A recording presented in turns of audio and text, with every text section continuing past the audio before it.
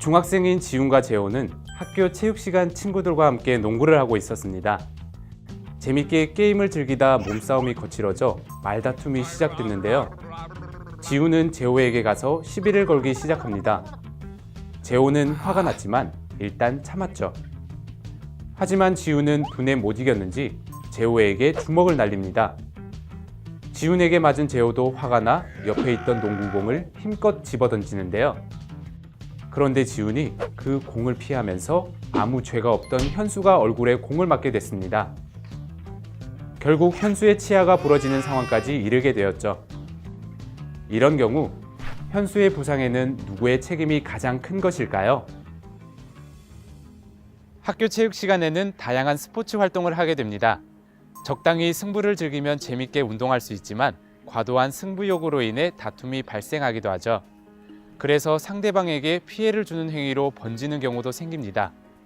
그런데 만약 오늘 사례에서처럼 싸움 당사자가 아닌 제3자가 싸우는 두 친구로 인해 피해가 발생했다면 그 부상의 책임은 누구에게 있는 걸까요?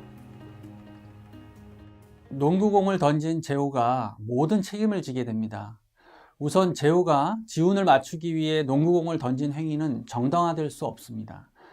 지훈의 주먹으로 얼굴을 맞은 것은 재호에게 매우 억울한 부분이나 공격에 대한 정당한 방어 차원이 아니라면 정당방위나 정당행위가 될 수 없고 쌍방폭행에 불과하게 됩니다.